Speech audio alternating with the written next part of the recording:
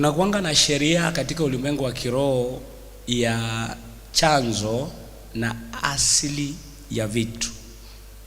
Inamaanisha hakuna nyumba ambayo haina mlango. Sasa kule umetokea huwa unasema mlango wetu. In the book of Matthew unapata kuna kabla tuanze kupewa habari ya Yesu, tunapatiwa kitabu cha ukoo wa Yesu, mahali ametokea.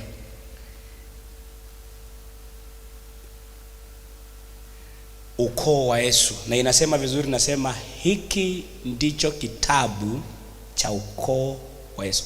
Yesu tu mmoja huyu mwenye unasikia huyu. Sasa wakapeana ukoo wake, wakasema fulani akamzaa fulani, fulani akamzaa fulani, fulani akamzaa fulani. Nataka nikufunze kitu, kwa sababu kuna watu wameweza kuwa na kuna vitu wameweza kudisconnect nazo na zimewanyima baraka. Hebu nisomee tuone.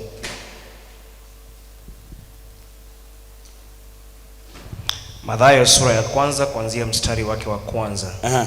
Kitabu cha ukoo wa Yesu Kristo, mwana wa Daudi, mwana wa Ibrahimu.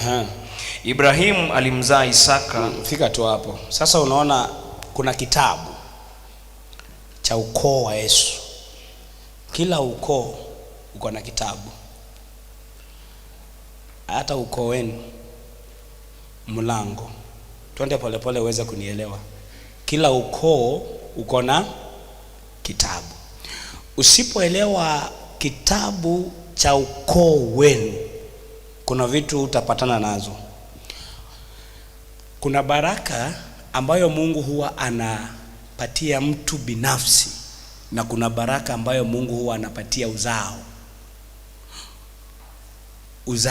Kuna laana ambayo inakuja juu ya mtu, na kuna laana ambayo inakuja kwa uzao. Sasa usipo understand laana ile inakula uzao wenu, ukoo wenu, bado unaweza omba maombi na isijibiwe.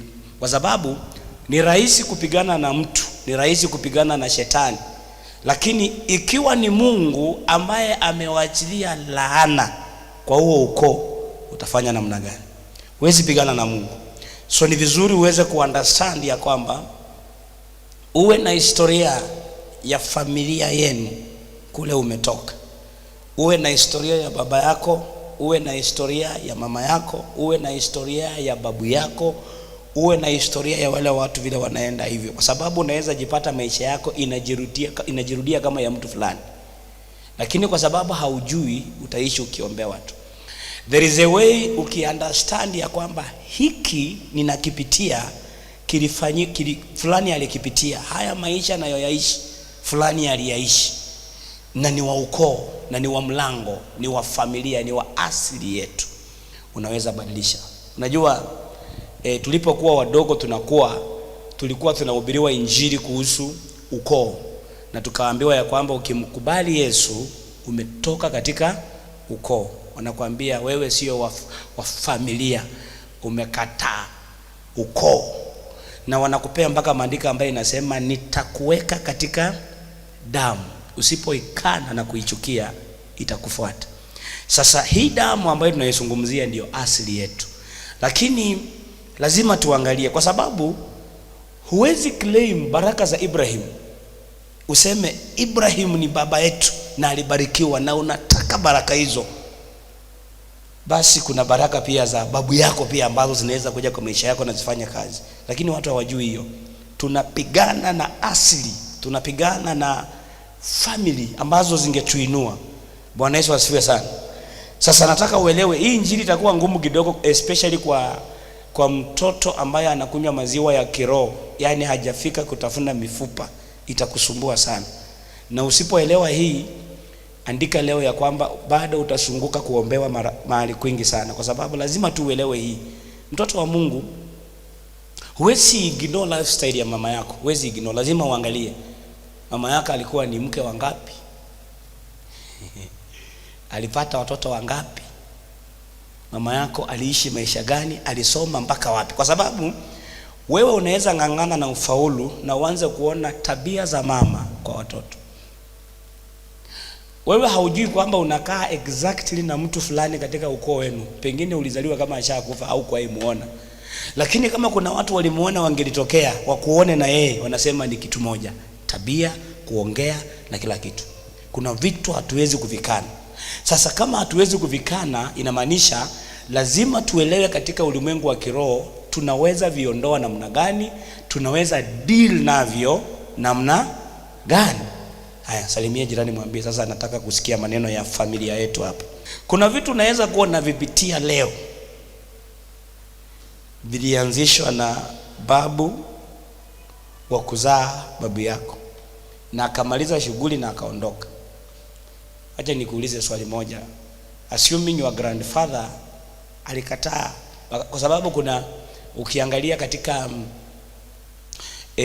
ukiangalia vizuri utapata kuna watu sasa hivi wana mashamba makubwa na kuna wengine hawana. Ukweli ama ni uongo? Ukienda hata kule nyumbani unapata kwa fulani hawa na shamba kubwa, unapata kwenu hamna. Wewe sio chanzo, chanzo ni babu yako. Maana kuna wakati mashamba zilikuwa zinashikwa bure, lakini alikataa akasema mimi sitaki shamba. Lakini kuna wale ambao walianza na wakashika mashamba makubwa makubwa. Kwa hivyo hayo mashamba yameenda yakakuja kuwasaidia watoto na familia na wengine. Shamba ambalo tunaishi kwetu lilichukuliwa na lilishikwa na babu yangu. Babu hakununua, alishika, alipewa. Yaani wakati wakina babu yetu walikuwa wanashika mashamba, unaenda unasema hapa na hapa na hapa. Lakini kuna babu ya mwingine wakati huo walikuwa wanashika mashamba, alikuwa disco. Sasa can you imagine babu yako kama alikuwa disco wakati babu wengine wanashika mashamba? Wewe utaishi maisha gani? So that means maisha ya babu yako 100 years ago kama inaweza kukuaffect leo, inamaanisha maisha yako inaweza affect mtoto wa mtoto wako ambaye atakuja kuzaliwa again kule mbele. Kile watu hawaelewi ya kwamba ukiishi vibaya watoto wako wanaishi vibaya, na inawezekana pia wajukuu wako waishi vibaya. Lakini sasa sisi tunakataa kutaka kufuata hii kwa sababu imetokea wapi? Kwetu, kwenye mji wetu wote niliishi nikijua kwetu kulikuwa na shamba kubwa sana ya baba yangu. Hata zingine akapea mandugu zake, akawapea hii, akawapatia hii, akawapatia hii. Kwa hivyo kulikuwa na shamba nzuri. Nakumbuka tulikuwa tunatembea hata hatuwezi maliza. Tulikuwa tunaamka saa 10 kupanda mahindi. Kulikuwa na miwa. I think kwa hiyo area kwa families ambazo zilikuwa na miwa, shamba makubwa makubwa za miwa yetu pia ilikuwepo. Lakini baadaye tu ikauzwa. Kaanza kuuzwa.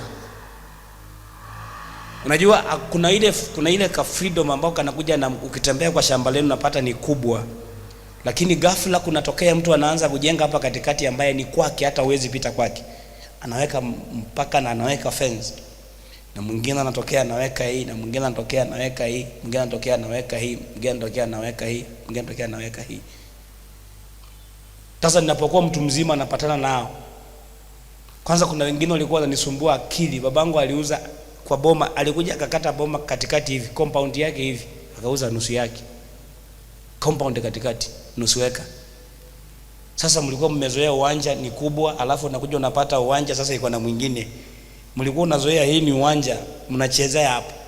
Unakuja unapata sasa mtu amepanda ndizi, amepanda mahindi, ameweka nyumba, inakuwa ngumu. Nikakuja nikawaambia sasa nitawarudishieni nyinyi wote pesa. Lakini kabla nifanye hivyo ilibidi nielewe historia ya kwetu. Ilibidi kabisa niangalie asili. Nikaanza kutembea mmoja, nawaambia nitakurudishia pesa. Yule anakataa, namwambia nitakupea mara 2. Nilikuwa na uwezo wa kwenda kununua kwingine na pesa kidogo, lakini kwa sababu naelewa kiroho nilitaka hiyo. Wale mmesoma mambo ya Naboth, sema tupatie hii shamba hii ambayo inatoa matunda. Akasema siwezi peana hii. Hili ni shamba la mababu, siwezi lipeana. Na akauawa, likachukuliwa by force. Sasa mimi nilienda nikasema hapa kwote kama unajua kwa shamba anywhere ilikuwa ni mpaka wa babangu, inarudi venye ilikuwa. na nikairudisha. Wale walikuwa wanaanza kukataa mwanzo, lakini baadaye nilienda nikaomba Mungu wenyewe akaanza kunitafuta. Akasema tupatie pesa. Hata kama sina pesa naambia Mungu nifungulie milango. Ninaenda narudisha.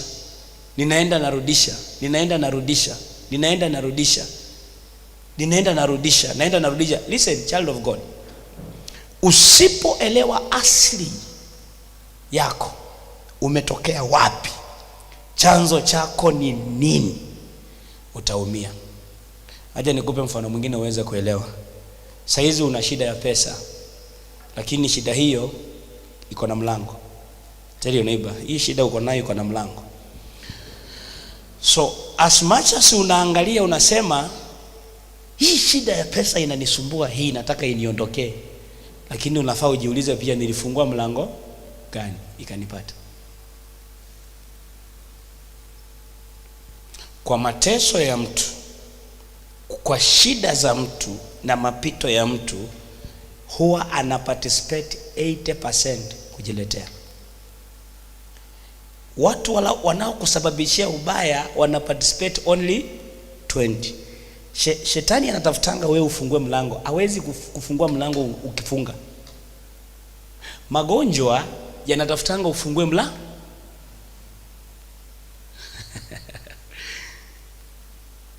Lazima ufungue mlango. Hata Yesu hawezi ingia kama hujafungua mlango. Anasema nabisha mlangoni, ikiwa mtu atasikia sauti yangu afungue nitafanya nini? Huyo ni Yesu. Hawezi ingia bila ruhusa yako. So today you are going through a challenge, a problem. Kuna kitu nasema hii itaniondokea lini? Lazima kabla ufike hapo ujiulize, mlango wake nilifungua lini na nilifungulia wapi? Lazima ujiulize, mlango wake nimefungulia wapi? Bwana Yesu Kristo asifiwe. Lazima.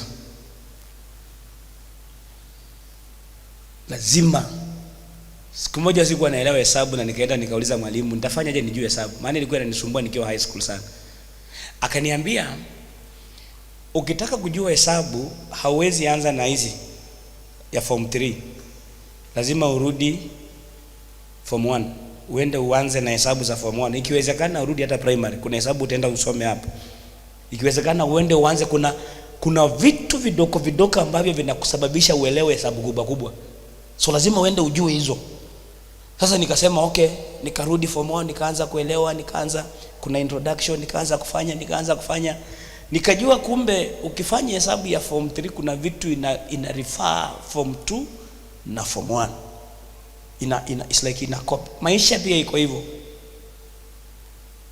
Leo unaweza ukaamua utakuwa nani kesho.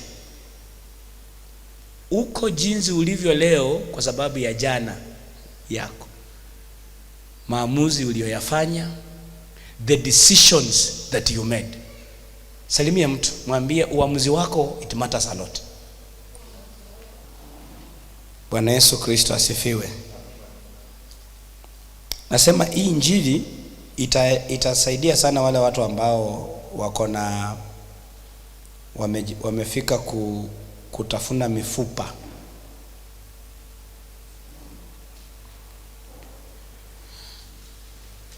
Naposema asili, ninamaanisha ni mahali wewe umeanzia,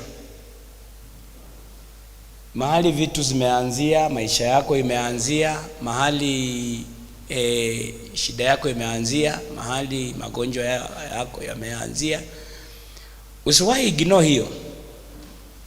Child of God, unapo blame watu, najua Wakristo wanapenda kublame sana watu wengine.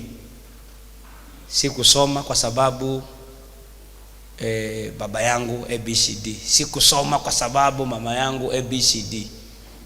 Lakini ukiangalia hiyo blame game, kuna mahali umeuzika wewe. Maana kuna wale ambao sasa hatukuwa na watu wa kutusomesha na tulisoma. Sisi tulisoma. Tulisoma. So lazima uangalie chanzo. Ukiwa kwa nyumba na ushikwe na malaria na uende uchukue dawa za malaria na ukunywe, kuna uwezekano utapona, si ndio? Lakini kuna kitu moja usipofanya utagonjeka tena malaria. Usipofanya nini?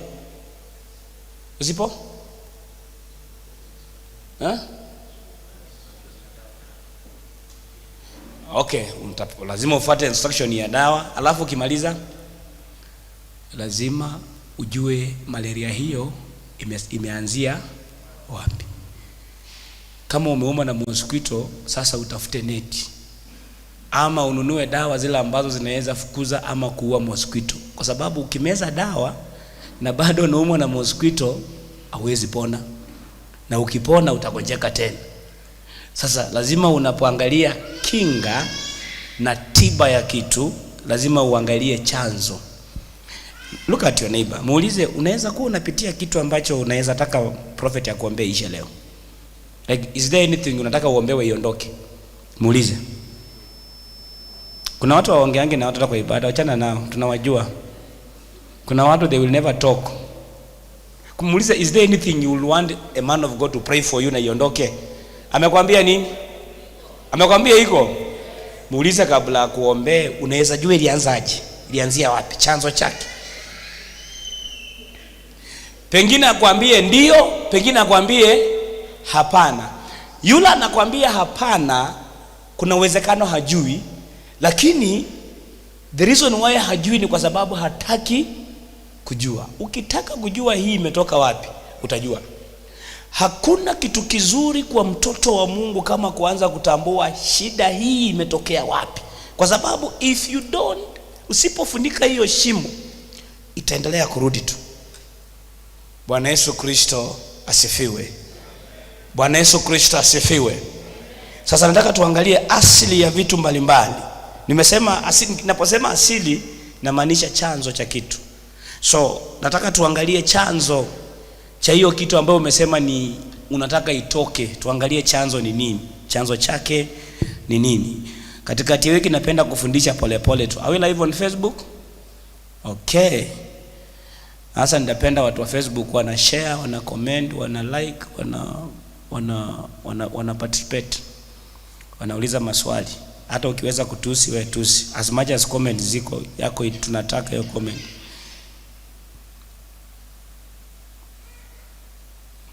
Sasa nilianza na ukoo. Nilisema kuna watu wamezaliwa mahali fulani. Kwa hivyo mahali umezaliwa inaweza changia maisha yako, inaweza affect maisha yako either positively or negatively. Tell your neighbor, mwambie kule umezaliwa inaweza kukuumiza ama inaweza kukusaidia. Hata wewe mwenyewe unaona tu. Nani amewahi kaa hivi akatamani akasema I wish ningezaliwa kwa familia fulani? Mimi nimewahi fanya hiyo dhambi siku moja. Unaangalia kwenu hivi, unaangalia kwenu hivi, na unaangalia kwa fulani na unatamani, unasema I wish ningelikuwa mtoto wa fulani, ningezaliwa kwa familia. Nani amewahi fanya hiyo dhambi kama mimi? Kwa hivyo kama umewahi fikiria hivi, inamaanisha mahali umezaliwa basi it can affect your life. Inamaanisha mahali umezaliwa inaweza affect. Lakini watu wapendi, watu wataki kusikia hiyo. Until ufike kwa kiwango cha kujiangalia wewe mwenyewe, uangalie ni milango gani nimefungua, ama ni milango gani babu yangu ama watu wangu walifungua imenifikisha hapa nimefika, ikaingiza shetani. Because nilikwambia shetani hawezi ingia kwako bila kufunguliwa mlango. Umaskini haiwezi kuingia kwako bila kufunguliwa mlango. Haiwezi. Kuna mlango ulifungua. Magonjwa hayawezi kuingia kwako bila kufunguliwa mlango. Wale mnapenda kunywa sukari mingi na kula ngano mingi, ngojea kaanze kwa barabarani. Ni mlango huu. Kula ngano ati mimi kama haijatoshea sukari vizuri siwezi kunywa. Hakuna chakula na appetizer ya kanza kama sukari. Can I tell you, this is healthy wise, it's also prophetic. Kinga nzuri ya mwili wako, ukitaka kutunza mwili wako vizuri na uishi maisha mazuri, hata sio madawa unameza, ni zile vitu unaruhusu zinaingia kwa mwili wako. Nilifikiria utapiga makofi lakini huwezi piga, ni sawa. Hii I make sense. Vitu vingi vitamu ni sumu.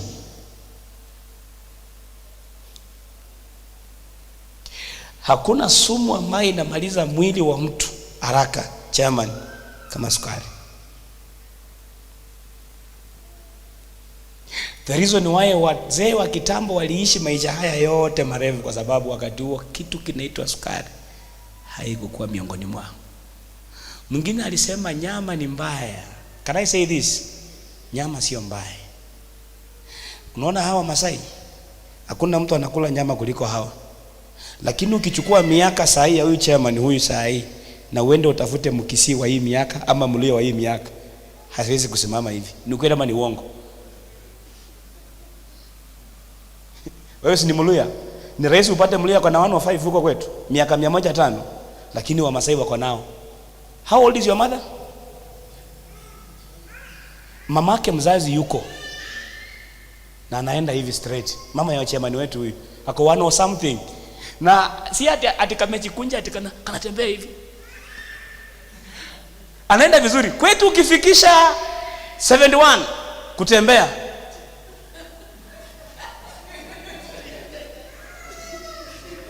kwa sababu nasemanga nisipokunywa chai kichwa inafanya nini? Inaniuma. Listen, sikiza hii itakusaidia. Wallace, ukicontrol milango ya mwili wako, umeweka afya kwa mwili wako. Milango kile kinaingia, umeweka afya. Kuna vitu si tamu, ukiambiwa kula vitu zingine kama maboni, ugali ya wimbi, unaona hiyo si tamu. Lakini jaribu tu. Siku hizi unaona cancer iko kila mahali. Cancer like watu wako na cancer, cervical cancer, prostate cancer, blood cancer, skin cancer, ziko kila mahali because of the food we are eating. Mlango, nimesema kuna magonjwa hayawezi kuingia kwa mwili wako mpaka ufungue mlango. Uliza jirani yako, mpaka sasa umefungua milango ngapi?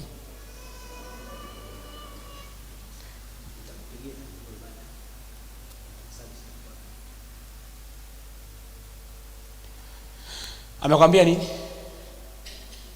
Si amefungua sana? Hata hiyo vita unaona iko kwa ndoa yako, nasikia kuna vita, kuna mlango amefungua. Shetani hawezi kukuja kukaa kama hujafungua mlango. Anakuja, anatulia. I used to say in Konambaya uko scheme, na kulikuwa na mzee mwingine alikuwa hapo. Huyo mzee alikuwa mpaka aendi mahali, but he was rich, alikuwa na shamba kubwa. Huyo mzee kila wiki alikuwa anakula mbuzi moja peke yake. Yaani anachoma kambuzi na anakula vile wewe unaweza letewa nyama kwota choma ya mbuzi ukule. Anachinja akiwa peke yake. Familia yake wanapewa nyama yao. Kila siku jioni anakula kaunga ka ugali paketi 2. Anamaliza 4 kg. Mpaka hawezi kuamka chini hivi, anatoshana hivi. Unajua mwili kuna place ikifika inaanza kuitisha chakula. Inaitisha tu, ni mziko tu. Unaona kama sasa hii askofu hii, huyo akicheza hii mwili itaitisha chakula tu. Hawezi kaa 2 hours kama hajaweka kitu kwa mdomo huyu. Ukiwa na mwili kama sasa kama hii, huyu mchungaji ako hapa, anaweza kaa the whole day na skinja. Lakini huyu ama huyu unaweza shinda na yeye tu na kwa sawa. Chema ni huyu itaitisha tu.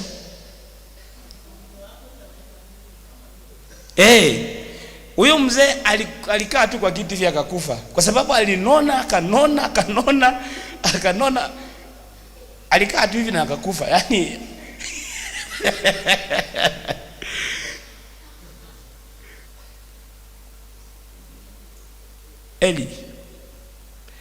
chochote kinaingia kwa mwili wako umekiruhusu. If there is any sickness, hakuna ugonjwa unaweza kuja kwako kama hujairuhusu. Mchawi akitaka kuroga wewe, anatafuta ni wapi ataingilia. Anatafutanga mistake yako moja tu aingilia hapo. Shetani akitaka kufanya kitu kwako, haizi kulazimisha, anatafuta kitu, anatafuta tamaa yako anatumia tamaa ulionayo kama mlango. Hebu angalia jirani yako, mwambie wacha tamaa, ni mlango wa shetani. Anatumia hiyo tamaa, anatumia hasira mbaya, hasira mbaya.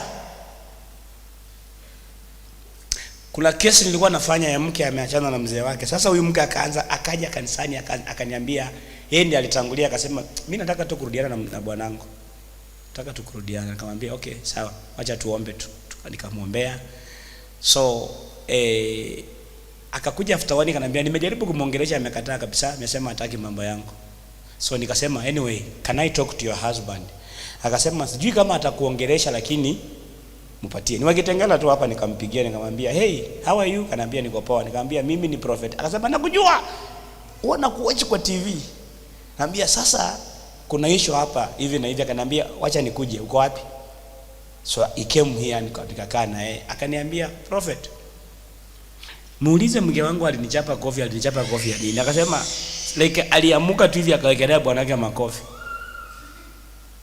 Nikamuuliza mlichapa mzee wako kofi nini? Akaniambia mimi nilikuwa nimekaa tu, kitu kaanza kuniambia ni kama huyu mtu ni kama ako na wanawake huko nje. Ati kitu nikaanza kumwambia. Hata sasa mimi hasira ikakuja tu nikamchapa makofi.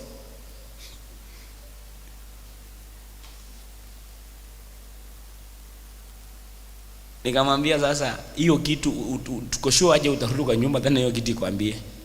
Because hii kitu ni hizi kwambia.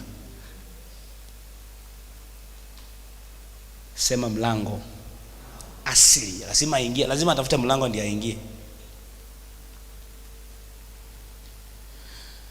Prophet niombe nipate pesa, nipate kazi, lakini lazima tuangalie mahali. Umewahi jua, on Sunday niambia watu hapa nikasema kuna watu Mungu akikutumia na usipokuwa careful waondoke, hautaipata another opportunity kama hiyo. Huo mlango unakuja na unafunga forever. If you find people, Pastor Moses, watu ambao unajua they can change your life, like hao watu wako na capacity, huyu mtu wako na uwezo wa kufanya kitu katika maisha yako, swallow your pride. Na in most cases watu hao wanakuanga na hasira, wanaweza kukutusi ukasirike, na ni mtu anaweza kukusaidia. Na una shetani na anaanza kuambia huyu si Mungu. Hebu mkataze ujinga.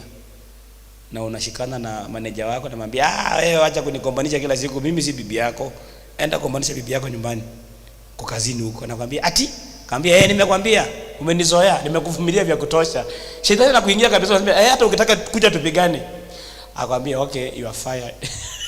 Anambia sawa, naenda. Kwani nafikiria wewe ni Mungu? Acha niende. Okay. Ukishakanyaka nje ya gate ya kampuni hivi, shetani anakuambia bye. Unabaki ukiwa peke yako.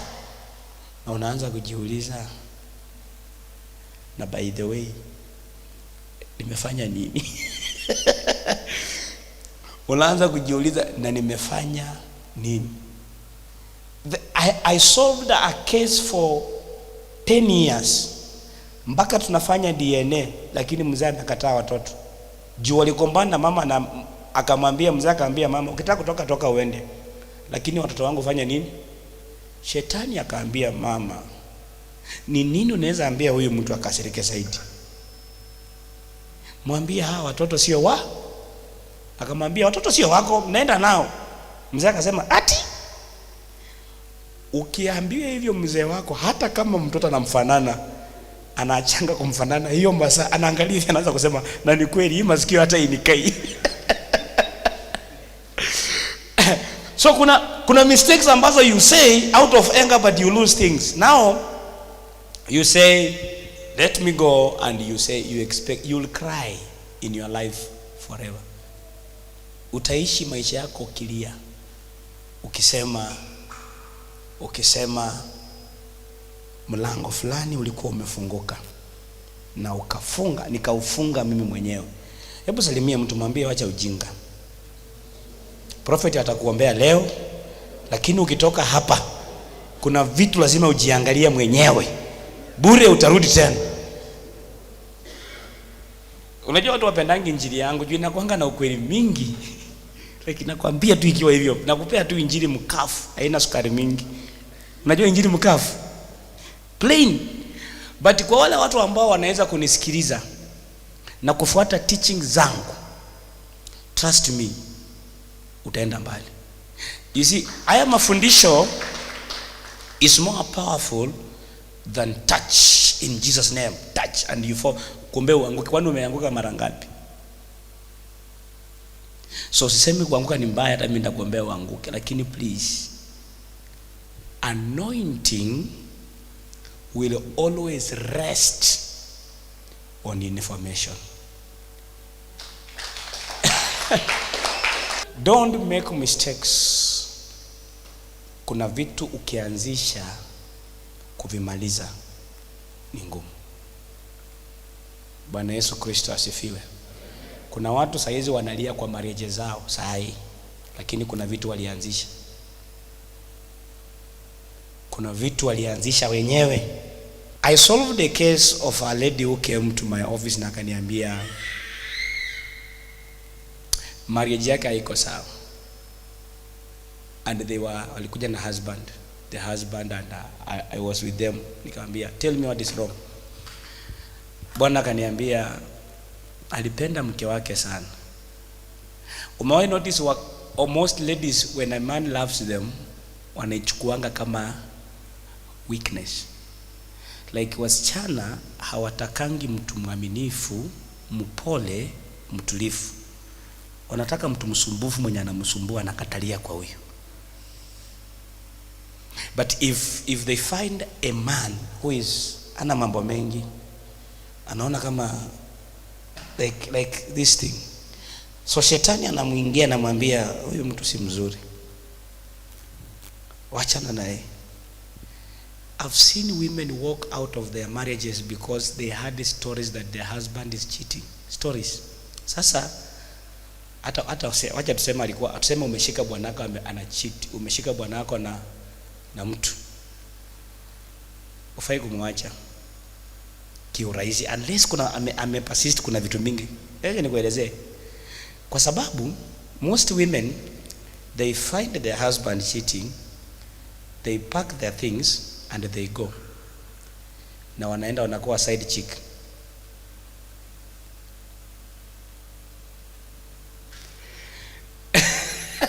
Yani umeacha wako mwenye uko na sauti ambaye hata akifanya kitu lazima achifiche ndiye afa usione, na unamwacha na unaenda unapata yule sasa ambaye akifanya na wewe anajificha mkewe.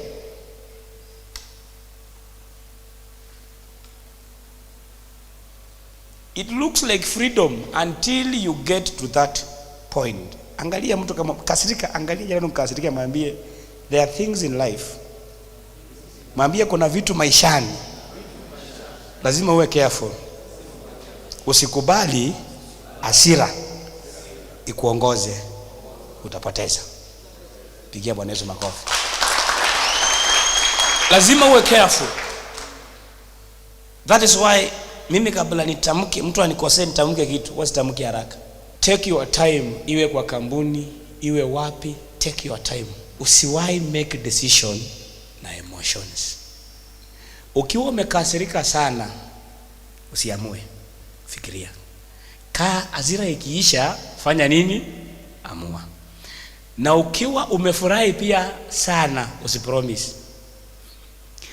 Ukiwa umefurahi sana utaambia, unaweza promise kununulia watu vitu. Nilienda kanisa ingine kitambo na vile nilikaribishwa, nikafurahi. Unaona ile kukaribishwa, umeikaribishwa mpaka ukasikia ni kama nitaacha kuhubiri nikuje nihubiri kwa hii kanisa.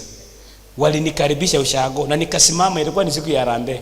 Kwa sababu ya furaha chairman, nikasimama na nimetoka Nairobi, nimefikiria watu ushago wananga nikawaambia mkichanga 10,000 naweka 10,000, na nilikuwa ni 5,000 kwa mfuko, najua hawezi fikisha 5,000 hawa.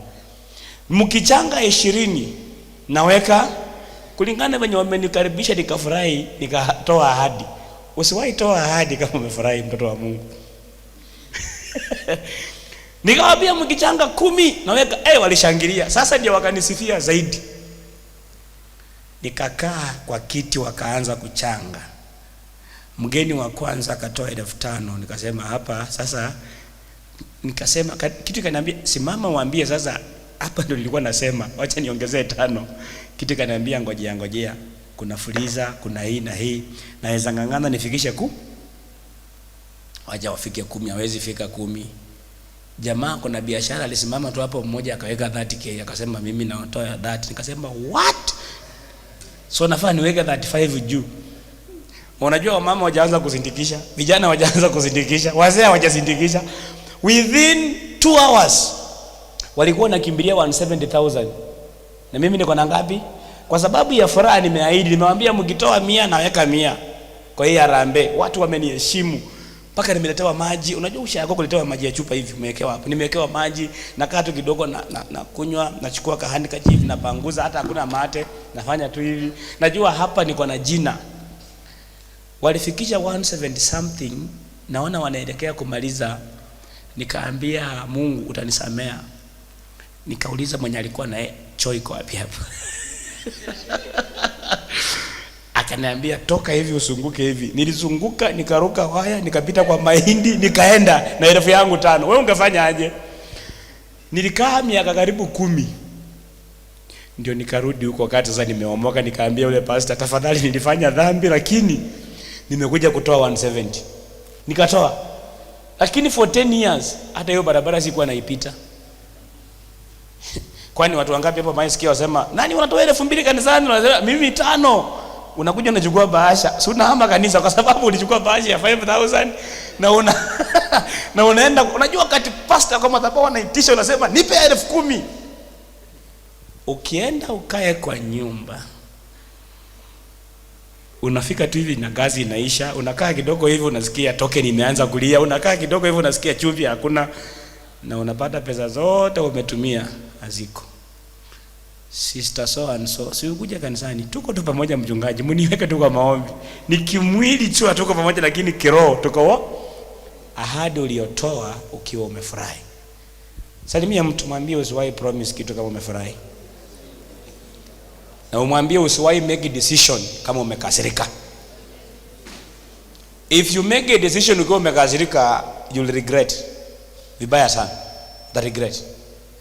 If you make a decision ukipromise kama umefurahi, still you'll make a. Unaonanga watu kwa matanga. Umeona, umenotice watu wengi wana promise kusomesha watoto wa marehemu hawasomeshangi. Unasikia mtu anasema watoto wa marehemu wote kuanzia class 1 mpaka college mniachie mimi. Mwingine anasema na wachukua 3. Unasema wow. Hata watoto wa marehemu wanasema hata kama mama ameenda ama baba ameenda tumepata watu. After wiki ngapi? Acha nipikie mjomba sasa akuja atuchukue. Sorry, namba unayopiga haitumiki kwa sasa. Because huyu mtu alimeka akiwa amefurahi, watu wamejaa, watu wakapiga makofi. Halafu sasa anaenda anaangalia hesabu, budget, anaona haingiani. Si kwamba ni mbaya, si kwamba ni muongo, lakini the moment alimeki hiyo ahadi, alimeki kama amefanya nini? Na wewe pia usiwahi amini ahadi ya mtu anakupea akiwa amefurahi. Tell your neighbor, mwambie anybody anakuahidi kitu akiwa amefurahi, ichukue 50-50. Mwambie hivi. Umeona watu wanapendana mpaka anaambia mwingine, wewe siwezi kukuacha hata kwa na kwa furaha. Usiamini hiyo kitu tafadhali.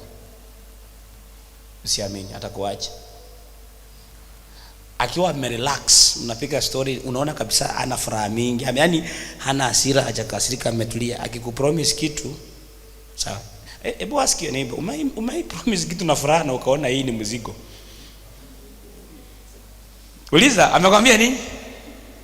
Mingi sana. Kuna watu hata bado wakitoka hapo wataenda kupromise tu. Asili.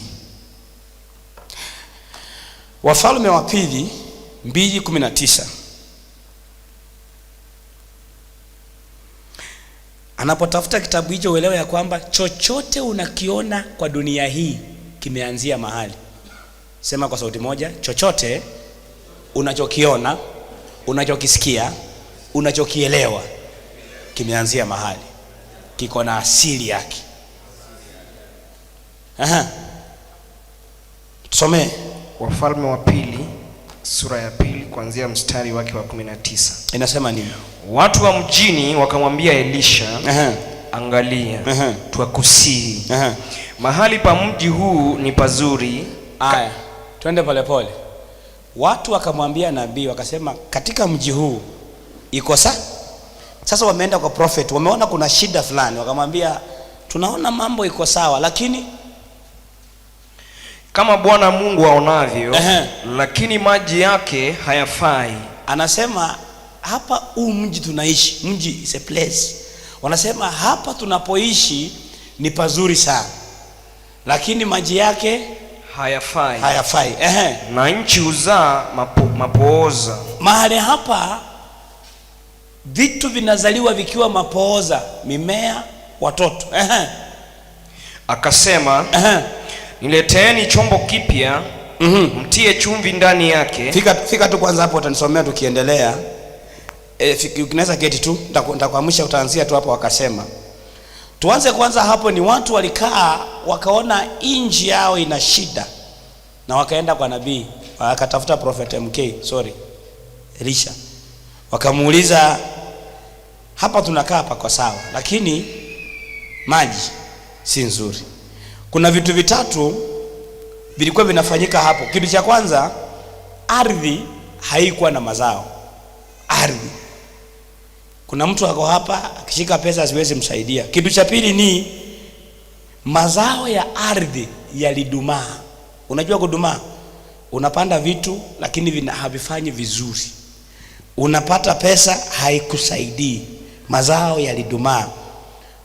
Number 3, watu walizaliwa vilema na wengine wamedumaa kiakili na kifikira. Sasa wanasema hii yote watu wamemwendea prophet, wanamwambia kwa hii inji, kwa hii ardhi, mahali hapa tunakaa ni pazuri, lakini wakamhesabia hivi vitu.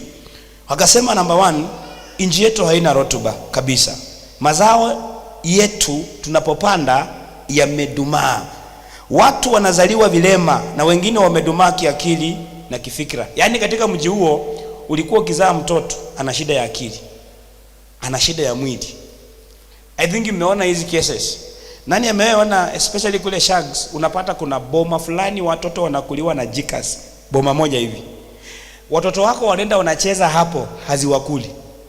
Mtu mwingine anaenda hata safari anakaa hapo, ni watoto specific wa hiyo familia peke yao. Mazao, watoto wanadumaa, wengine kiakili. Can you imagine? Sasa wanashindwa. Inchi hii watoto walikuwa wanazaliwa shida ya akili, wanazaliwa vilema, wanapanda mimea haifanyi vizuri, imedumaa, maji ni mbaya. Wakatafuta mtumishi wa Mungu, akamwambia tuko na shida, lakini in other words walikuwa wanasema hatujui asili, hatujui shida hizi zote zimeanzia wapi. Songa mbele. Akasema mniletee chombo kipya. Akasema, nileteeni chombo kipya, mtie chumvi ndani yake. Wakamletea. Akatoka akaenda mpaka chemichemi ya maji. Kwanza hizo zinaitwanga prophetic instructions. Endeni mnunue chombo, msitafute chombo, msitafute anything atitafuta mkebe. Tafuta chombo kipya, the tin must be new, then put salt ndani yake. Kumbuka hii nakusomea ni maandiko. Anasema chukua chombo kipya, weka chumvi ndani mwake, alafu akatoka akaenda mpaka chemichemi ya maji. Akatupa ile chumvi humo ndani. Akasema, Bwana asema hivi. Ngoja kwanza. Akaenda mpaka wapi? Chemichemi. Chemichemi inamaanisha nini? Chemichemi ni mahali maji yanaanzia, yanatokea. If ukisema hapa kuna chemichemi ya maji, inamaanisha pale kuna maji yanaanzia hapo. Sasa watu hawa wote walikuwa wanakunywa maji ya mji na yalikuwa yametoka place moja. Sasa nabii wa Mungu akatafuta hapo hapo maji yanatokea. Akasema akaenda hapo. Akafanya nini? Akasema, Bwana asema hivi. Bwana asema hivi, nimeyaponya maji haya. Hakutatoka huko tena kufa wala kuzaa mapooza. Unasikia? Kulikuwa mpaka na vifo. Watu walikuwa mpaka wanakufa, lakini chanzo maji. Watu walikuwa wanazaa mapooza, lakini chanzo maji. Watu walikuwa wana mimea haifanyi vizuri, lakini chanzo maji. Shamba haina rotuba, lakini chanzo maji. As a prophet of God, alikaa na akaangalia, akasema nitaangalia wapi? Akasema lazima niangalie hii shida imeanzia wapi, imetokea wapi. Alipojua shida hii imetoka hapa, akaenda penye kuna chanzo. Child of God, nikikuombea nikuhudumie bila kuunderstand chanzo ilianzia wapi, sitakusaidia. Lazima tuelewane mimi na wewe ya kwamba tujue hii imetokea wapi. Kama ujue, basi mimi kama prophet wako lazima nijue. Lakini kwa vyovyote vile lazima tujue chanzo. Asili ya hii unaipitia ni nini? Bwana Yesu Kristo asifiwe. Salimia mtu, mwambie, muulize ile unapitia chanzo chake ni nini? Mwambie kama hujui, basi utasaidiwa na Prophet MK uweza kuelewa.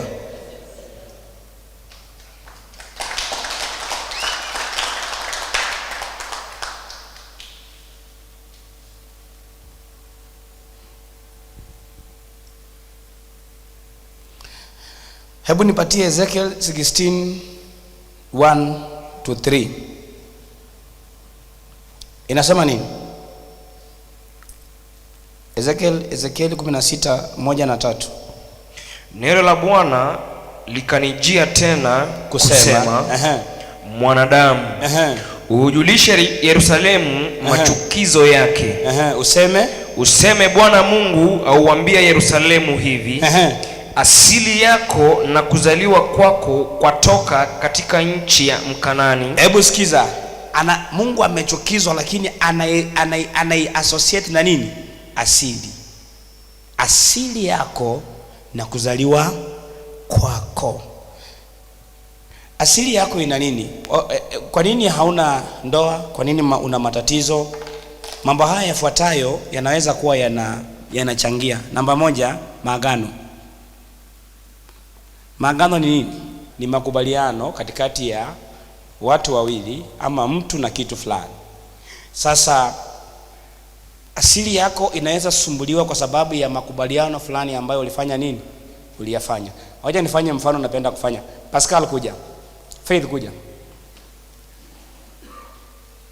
Luka, come. Na nikitoa mfano usiende kwanza kufuata Faith useme so unasikia baba alisema hii mambo lazima ikuwe serious. Ni mfano, sawa? Assume, songa tu karibu, ni mfano. Assume huyu na huyu ni wapenzi, wamependana, sawa? Wanafanya nini? Mnafanya nini? Tunapendana. Mnafanya nini? Wewe sema na nguvu. Tumependana. Good. Pascal na Faith wanapendana, sawa? Lakini huu ni mwaka 2020. Huu ni mwaka gani? 2020. Asante. Sasa Luka hamjui Faith. Katika mwaka 2020 Luka ako dunia yake, hana mpango wa kuoa. Hauna nini? Luka hana mpango wa kuoa, hana mawazo ya kuoa, lakini Pascal na Faith wanapendana. Kuja hapa. Sasa nataka umuulize, unanipenda? Wewe mwambie ndio. Huyu ndiye anamuuliza Pascal, uliza msichana, nataka muone kitu inafanyika hapa. Msikize kwa makini kabisa. Unanipenda Faith? Wewe wacha kuwa serious, unakuwa serious sana bwana. Mpaka unajua, unaona msichana mpaka ana blush. Haya, mjibu, mwambie nakupenda sana. Nakupenda sana. Now listen. I think unaona, kwa hiyo peke yake washaanza kukubaliana, sawa? Sasa muulize, utawahi kuwa na mtu mwingine ama ni mimi tu peke yangu? Utawahi kuwa na mtu mwingine ama ni mimi peke yangu? Mwambie siwezi hata kwa dawa. Siwezi hata kwa dawa. Mwambie ni wewe tu peke yako utaniguza tu peke yako. Ni wewe tu peke yako utaniguza tu peke yako. Haya, wewe pia mwambie wewe ni wangu wa maisha, siwezi kukuacha. Wewe ni wangu wa maisha, siwezi kuacha. Adili? Baka mwambie kifo, mwambie kifo kitatutenganisha. Kifo kitatutenganisha. Haya. Wewe mwambie huu mwili wangu ni wako peke yako. Huu mwili wangu ni wako peke yako. Umesikia hawa watu wamekubaliana vitu fulani. Sawa sawa? Mwaka gani huo? 2020. Sawa? 2022 mwezi wa 5 wakakosana. Wakafanya nini? Pascal akaenda kufanya kazi kule Isiolo. Faith akaenda, unaishi wapi? Umoja. Akaenda kufanya kazi wapi? Umoja, na wakapatana na Lucas. Wakapendana. Sema makosa.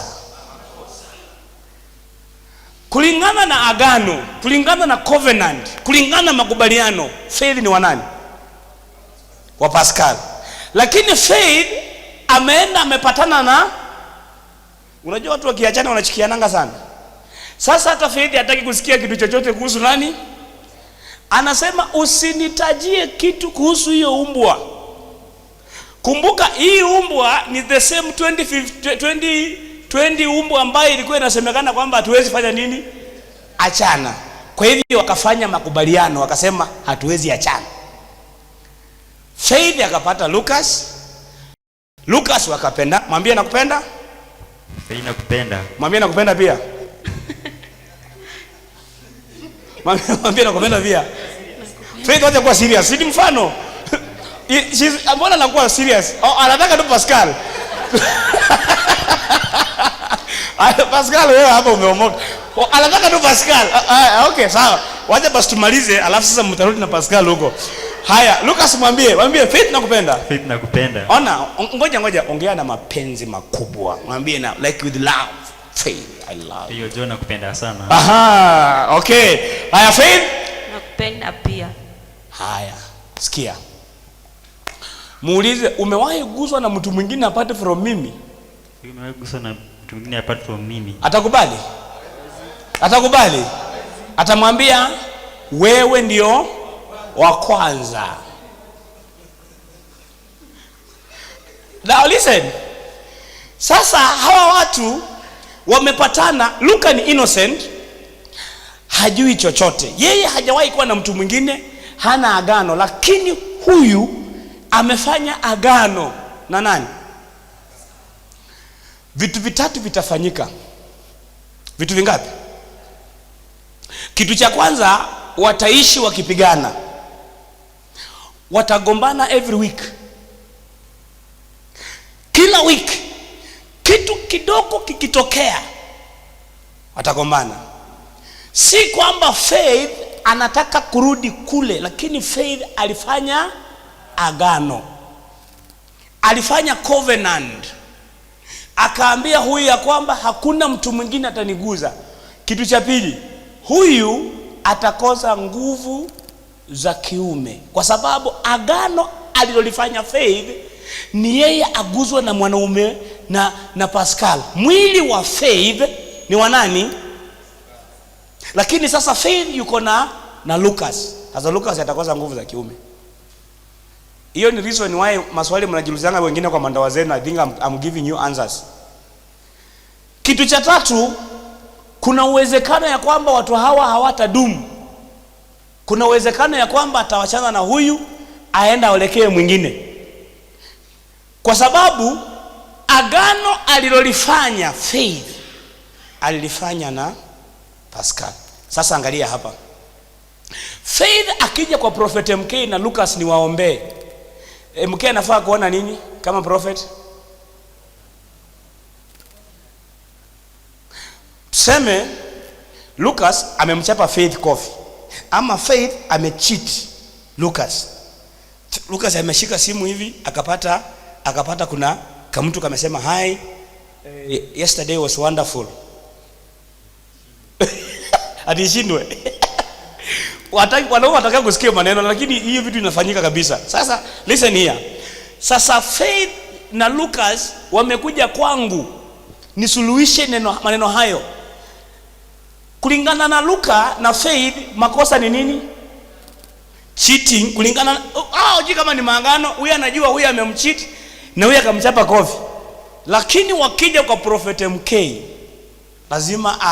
lazima Pascal akuja kwa picture yangu as a prophet of God. Prophet has to see beyond vita yao. He has to see. Listen, yule mtu ulifanya naye agano ukiwa class 8. Wengine mpaka mlikuwa mnakata damu, namwambia mnalamba damu ni lambe form 1 form 2 itakusumbua. Sasa hata ufanye maombi namna gani, lazima utafute Prophet MK afanye prophetic instructions, atengeneze madhabahu, avunje maagano. Bure huwezi toka. Kweli. Utaomba, utazunguka, utafanya, utaombewa. Listen, agano haivunjwi kwa kuombewa uanguke chini. Tell your neighbor. Mwambie hata ukiombewa uanguke chini unaamuka na hiyo agano, unaamuka nayo tu. Kuna watu wengine wako hapa, even their ex-boyfriends hawatoki kwa akili yao. Na waliachana 10 years ago. Lakini wanawaotanga usiku. Ex-girlfriends wanawaota mpaka wa leo. Unaona mtu mliachana, bado anakaa anakutafuta kwa simu tena. Hi. Ex-boyfriend, ex-girlfriend, agano mliofanya inamvuta pamoja, inamrudisha pamoja. Uliza jirani yako, maifanya agano. Unaweza kaa chini. You can go back now.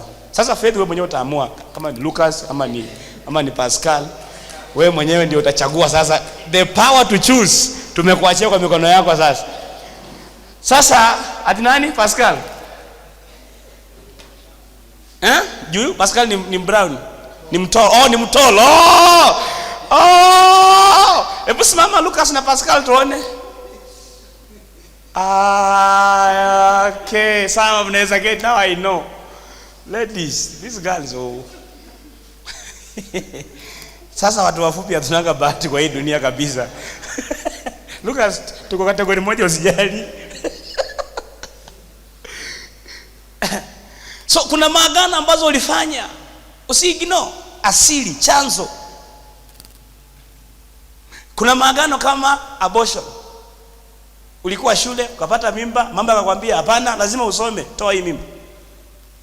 Tunajua mtu atakupea dawa, ukaenda ukafanya hivyo.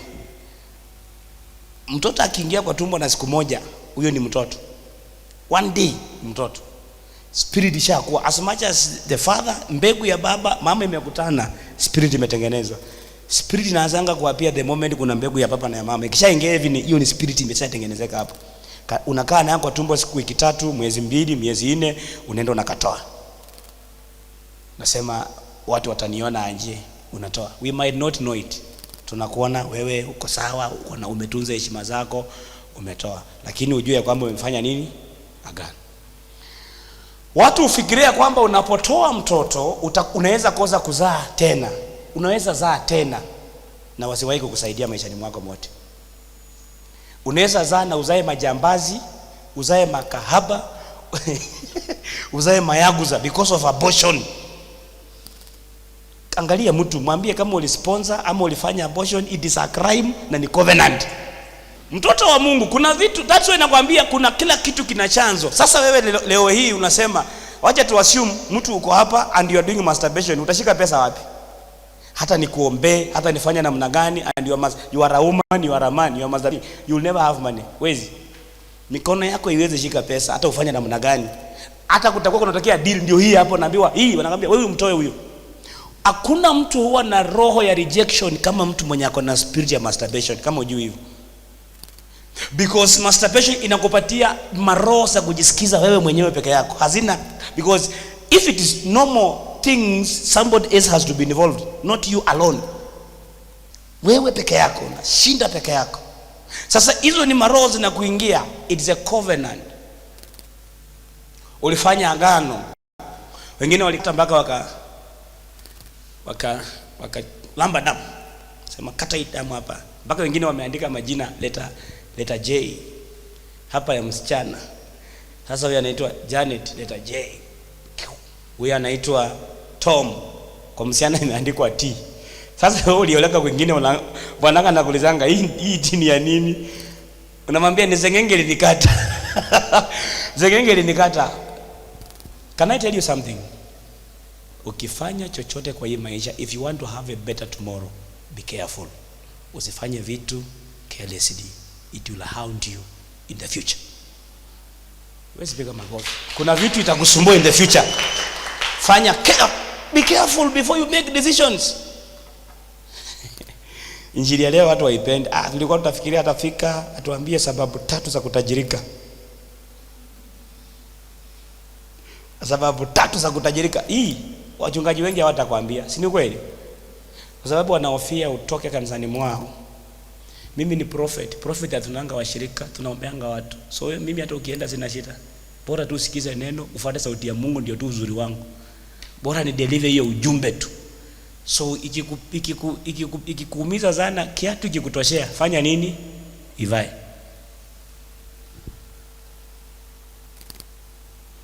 So kunakuwa na hiyo ya kwanza nimesema ni nini?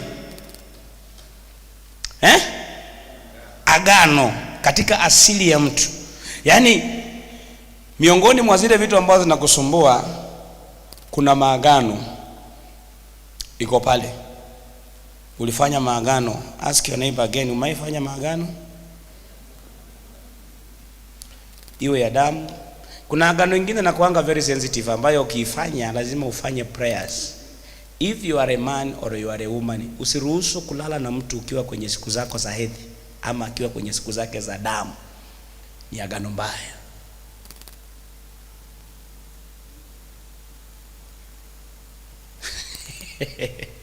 Ambaya sana hii. Unaona vitu za kujaribu kuelezea hawezi kuelewa.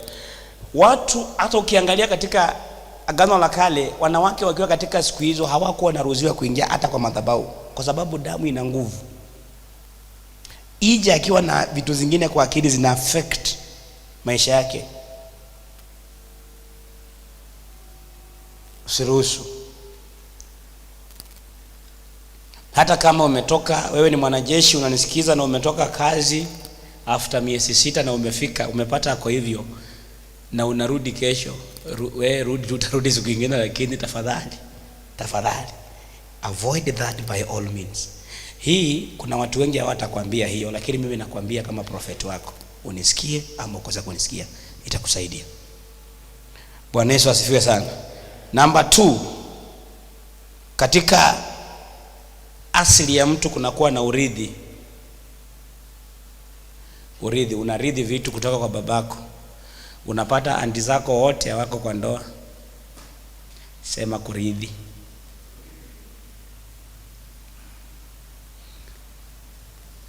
Kwenu amuoangi kurithi. Unapata umaskini, unapata babu yako ni maskini ama alikuwa anafanya kazi ngumu. Unajua if your grandfather alikuwa anafanya kazi ngumu, lazima ufanye kitu. Ndio usipojua lazima ufanye kitu. Nilikuwa napewa watu mfano, nikamwambia siku moja nilikuwa nafanya mjengo huko juu nikakataa. Nikamwambia huyu jamani tateremka na wewe saa hii. Alinipiga kofi, nikamwambia na mimi ni mtu wa mkono. Nimebeba mawe mpaka hapa kumeanza kutoka damu kwa mabeka hapa. Na jamaa ananiambia rudi, unapanda na mawe gorofa hivi kabla umalize hii imeisha. Nikamwambia akaenda kunichapa kofi, akaniambia harakisha. Nikamwambia we, hebu angalia huko chini uone, I have nothing to lose. Tateremka wote saa hii. Lakini nilienda nikakaa kwa nyumba. Maana tulisumbuana mpaka akanipea 200 ya nusu ya siku, akaniambia wewe enda, hata sikutaki hapa. Na nikajiuliza babu yangu alikuwa anafanya kazi gani? Nikagundua alikuwa anatengeneza hizi naitwaje, hizi granaries. Unajua granaries? Anaenda kwa anatembea, anatafuta vijiti, anakuja anashona granaries bila miezi ngapi iishe, ndio auzie mtu pesa kidogo. Babu yangu alikuwa anafanya kazi gani? Alikuwa analimia watu kwa mashamba. Na ilikuwa imeni affect mpaka nimeanza kulima kwa mashamba zingine ziko hapa Kamiti. Hiyo Kamiti prison za maaskari, naenda napewa kibarua na lima huko. Nilipojua hivyo kuna maombi nilifanya. Nikafanya tofauti. Nikasema sitarithi, siwezi rithi. Kuna vitu ziko kwenu, usipende, usichukie tu na mawazo. Fanya kitu, make sure umefanya a very serious prayer about the same. Watu wanakufa accident na wewe umengojea tu ikuje kufikie, unaweza ridhi? Hebu nisomee, kwetu kulikuwa na vijana 7. Listen, child of God, nataka kila mtu ajaribu kutupa mawazo kwao, nyumbani kwao. Ni nini iko huko unasikia ni kama umeridhi? Ni kungangana. Kuna watu wameridhi kungangana tu, yaani babaka alingangana na wewe bado umeanza kungangana. Sio umeanza, ulianza. Hata sio ulianza, ulizaliwa tu ukapata kungangana. Some of us tulingangana mpaka umeona like kitambo kwetu tulikuwa wakiweka chakula kwa meza hivi, mnakula mwanaweka pamoja ugali, alafu wanapea kila mtu mboga kwa sahani yake, alafu sasa mnaanza kumega mkifanya nini? Mkikula. Sasa kabla ugali itoke kwa meko, mama anawapatia mboga na mnakaa round hivi. Nyumba za kitchen zilikuanga zile za round hivi. Sasa mnakaa wengi. Umenotice hapa lazima ujifunze vita, kwa sababu ukingojea ipoe, kuna wajamaa wanaikula ikiwa moto tu hivyo hivyo. Ukifunga, do you know ulikuwa unafunga maji hivyo, unafungua ugali hakuna, mpaka unaanza kulia. Wanakuambia wewe kwenda huko, watu walikuwa wanakula ukiwa wapi? Okay, sawa, ngojea kesho. Uko tu hapa.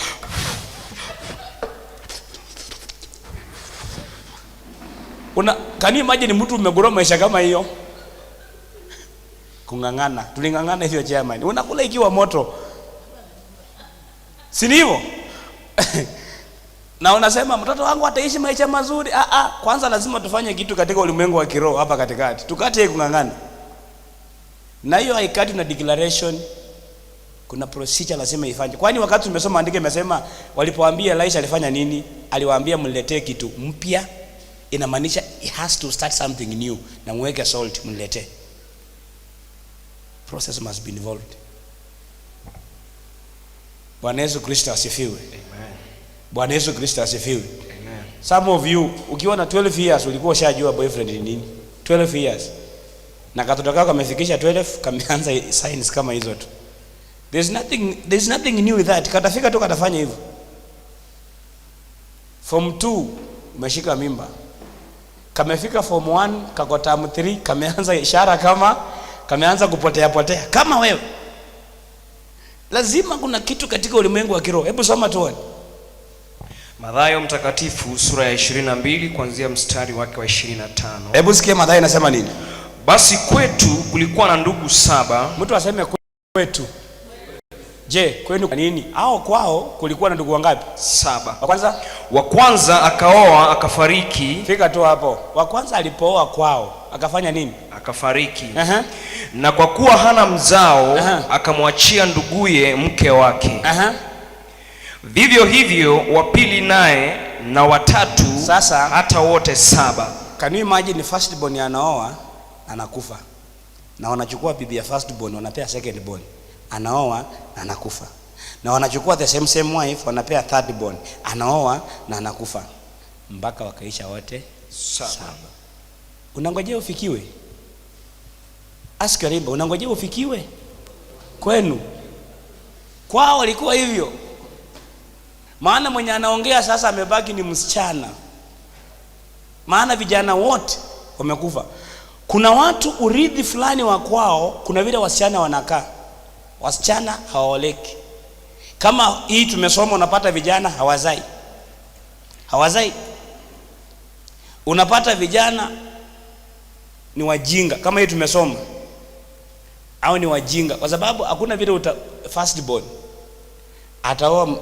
Mko 7 brothers. 7 brothers ya kioa ukiwa last born, inamaanisha wacha nikupatie mfano wa first born wetu. First born wetu saa hizi watoto wake hata wadogo ni rika yangu. Surely nitangoja ndugu yangu akufe, ningoje kina DK wakufe niwe bibi ya first born wetu? Mimi si mjinga. Wao walikuwa na, can you imagine number 7? Na mimi number 4 kwa vijana.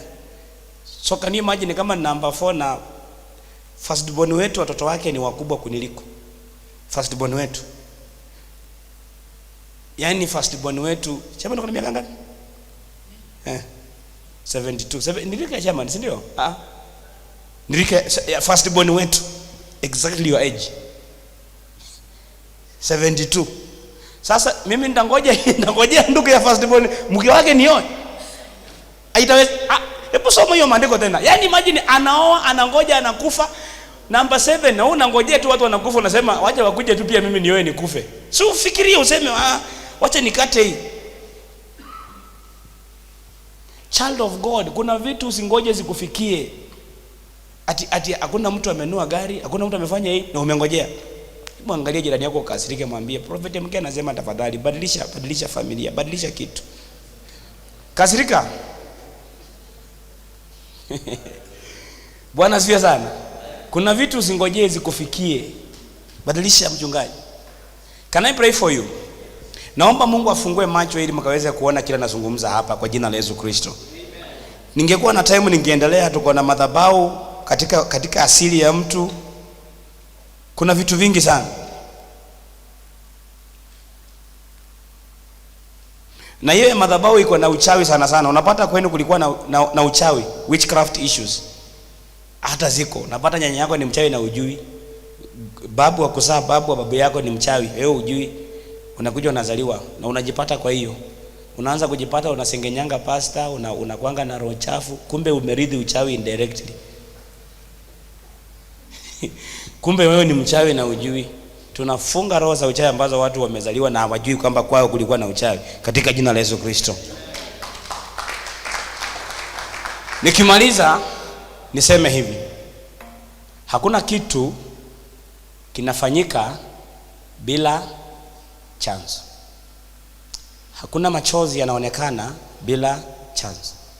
Mtoto wa Mungu, ukiona mahali kuna shida, tafuta sababu.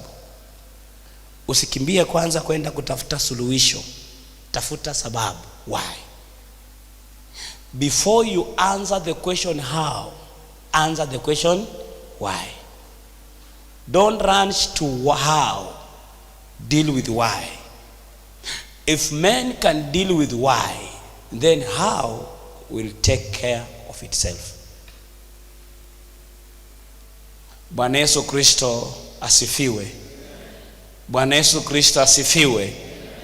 A lady came to my office and she told me, akaniambia, prophet, ukiniombea nipate mtoto, ukisema shamba nitakupa, ukisema hata milioni nitakupa, ukisema hata milioni 3 nitakupa. Nikamuuliza, nifufue miongoni mwa wale uliowaua ama nifanye namna gani? Akaniambia, what do you mean? Akaniambia, unamaanisha nini? Nikamwambia, nikamhesabia 1 2 3 4 5 6. Nikamwambia, umetoa mimba 6. Akaniambia, na umequote exactly. Nikamwambia, ya mwisho ingekuua, maana ulitoa mtoto akiwa mzima tu. Ananiambia, kweli. Sasa amefika place anataka ndoa, anataka apate mtoto, amepata ndoa sasa. Nikamuuliza, nifufue ama nifanye nini?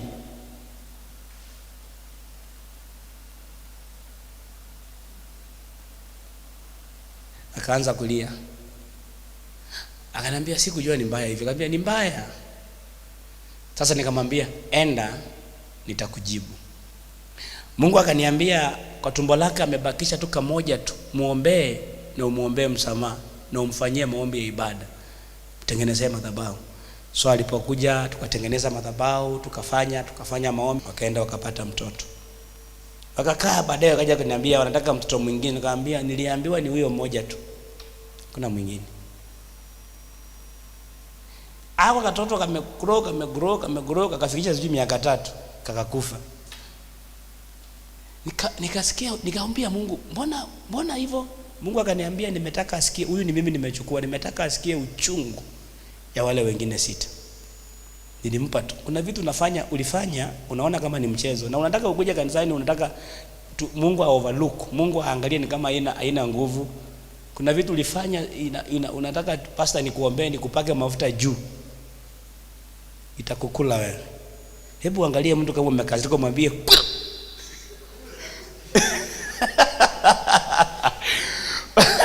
Bwana asifiwe. I've had such cases. Kuna vitu nimeona as a prophet of God. Kuna vitu unavyovifanya sasa hivi. Sikiza, kuna vitu ukifanya saa hii utalipia. Kuna some of you, kuna vitu mnalipia hapa. Somebody again came and said, mimi nimetembea kwa prophets, hakuna mwenye ananitabirianga. Naingia kanisani napata anatabiri. Nikikuja kwa office nikamuuliza, nikikutabiria utabeba? Are you sure if I prophesy to you, will you? Akasema nitabirie. Nikamwambia sawa, kaa hapa. Nikaanza kumpatia prophecy. Nikamwambia, do you know even ni mtoto ambaye uko naye umezaa na ango yako? Akasema kai usiongee mtu mwingine asikie hiyo. Nikamwambia unataka niseme kanisani hiyo? I gave a prophecy. Akanambia unajua sijawahi jua, so unajuanga anafanananga ananifanana juu ango ya. Mbia umezaa na ango yako huyu mtoto. Kwa sababu siku lala na yeye, bado the same day you slept with your husband. Akanambia it is true. Akanambia ni ukweli, nilala na hivi na hivi. Nikamwambia okay. Hiyo ndio. Kuna watu wengine mnakimbilianga prophecy. Uko sure nikikutabiria utabeba, utasimama hapa mbele ya watu? Nikikwambia haya, simama sasa nianze kutabiria. Nakuuliza wewe. Hebu uliza jirani yako, unataka prophecy mkee akikuja kusimamia saa hii, utawezana?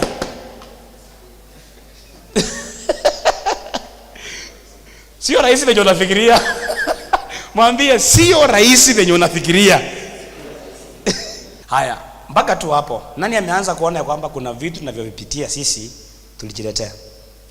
Nani anaona kuna vitu ambavyo lazima turekebishe, tutengeneze wenyewe? Mimi nataka nikuombee leo. Na ikiwezekana kuna vitu siwezi vitamka hapa, hata kwa siwezi, kwa sababu naheshimu integrity yako na the new life ambayo umeianza. Juu kuna Mungu anaweza kukusamea, lakini mwanadamu kuna vitu akisikia kukuhusu hawezi kukusamea. Hata akikusamea atakuwa anakumbuka. Like ukiwa mwizi, uibe, ufanye nini, na uende uambie Mungu please forgive me. The Bible says he forgives and he forgets. Sasa umeiba, kesho ukienda kuambia Mungu umekumbuka the same thing, unaambia Mungu niliiba. Can you imagine Mungu hakumbuki unaongelea nini? He doesn't remember what you are talking about, because the day he forgave, he forgot. Lakini mimi na wewe hatusahau. Wanadamu wafanye nini? Hawasahau. Sasa kuna vitu siwezi kusema hapa kuhusu. Nikisema ai! Na vijana nakwanga amenyamaza hivi. Ai. Sasa kila siku tu hata wanaanza ku describe. Huyo mama mwenye baba alikuwa anatabiria. Ule mwenye baba alikuwa anaambia. Unasikia like they describe even with the prophecy. So inabidi unaachana lazima hiyo acheka yetu. God has put me here as your prophet. Number one principle ya prophet ni hii. Huwezi kuwa prophet kama huna siri. Huwezi.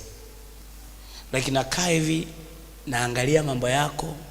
I was in Brigadier one day. Sijui kama ndio nakumbuka, na wajamaa wakakuja wamefuatwa na wezi, wameiba na polisi.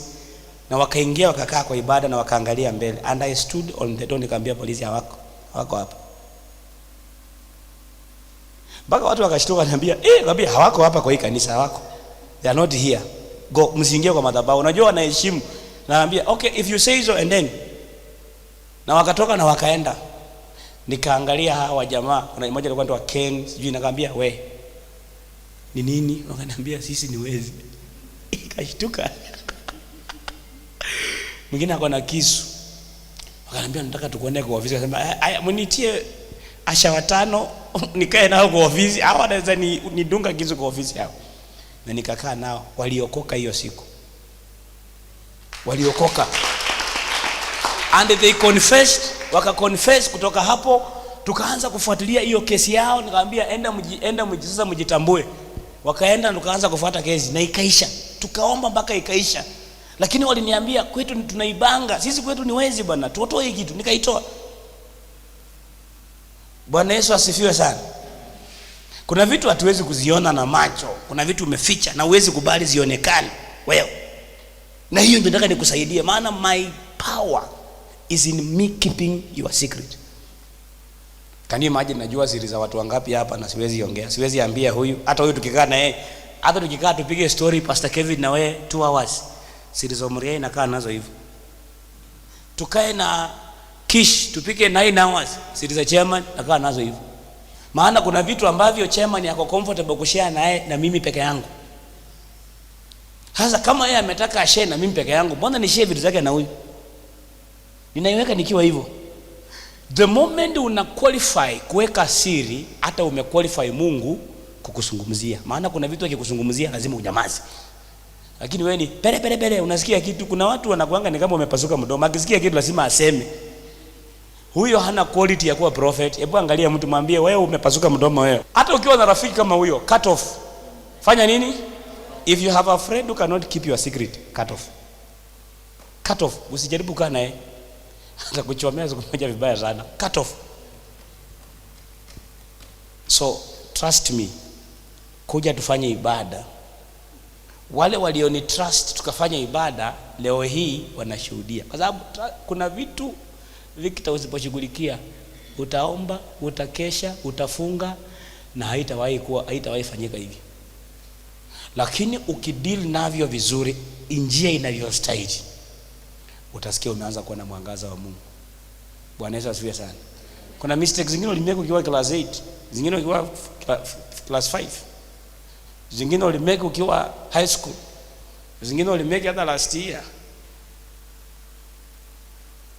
3 weeks ago there's a lady who came to my office, nikaanza kumtabiria, nikamaliza akamwambia can I pray for you? Akasema yes.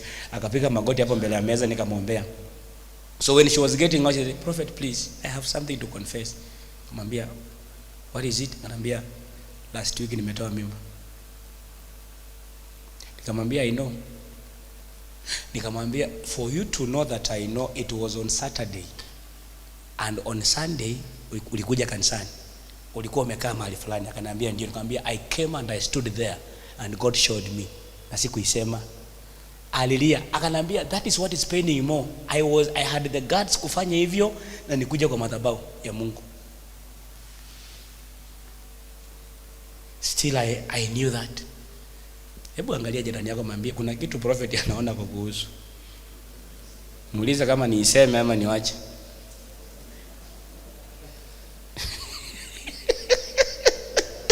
Niiseme, nikusimamisha ama nikuja kwa ofisi? Atitini bishop kwa ofisi. Sasa kama wewe ni askofu amesema kwa ofisi, basi kila mtu aje ikuwe wapi? Sasa kama ni askofu amesema pia hataki isemwe hapa, nani mwingine itasemwa hapa? Unaweza panga appointment siku moja ama uko online useme, "Prophet, nataka kukuona." So that you come na tunaongea. I was able to do this, nifanye nini? Kwambie sasa nitakuelekeza. Because usiposhughulikia vitu zingine zitaishi zikikusumbua tu. Hata kama ilifanyika covenant waizeeki. Covenant hata kama ilifanyika 2000 years ago, ita speak to. Na mimi nitakusaidia na mpaka zile zilifanywa na babu yako ambazo wewe uelewi. Kuna zingine zilifanywa mpaka na your aunt auelewi. Unajua kuna families ambazo waliapa wakasema kwa hii family hatuwezi oa wa Kisii, hatuwezi oa wa Luya, hatuwezi oa wa Kikuyu, hatuwezi oa wa Kamba. Alafu wewe unakuja unapendana na Mkamba.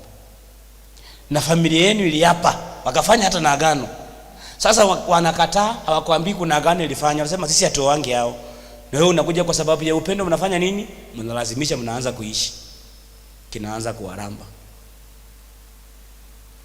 Lazima uangalie chanzo, kitu kimetokea wapi. Wao waliapa wakasema hii kabila yoyo hii kabila. Hii kabila yoyo hii kabila. Huko kwetu kuna kabila ukitaja wanakupiga hata. Sitaki kuitaja hapa. Kwa Luya ukisema tu nimepata mke wapi? Yesu aliyepili babaka atakuuliza ni wapi? Hata kuna families ambazo wanasema usiwe kwa familia fulani, hatutawewe kwa familia fulani. Wewe nao umekuja umesahau, mambo imesonga, unaenda unaogota kwa hiyo familia fulani. Kinakuramba. Bwana Yesu asifiwe sana. Hiyo itatufikisha hapo leo.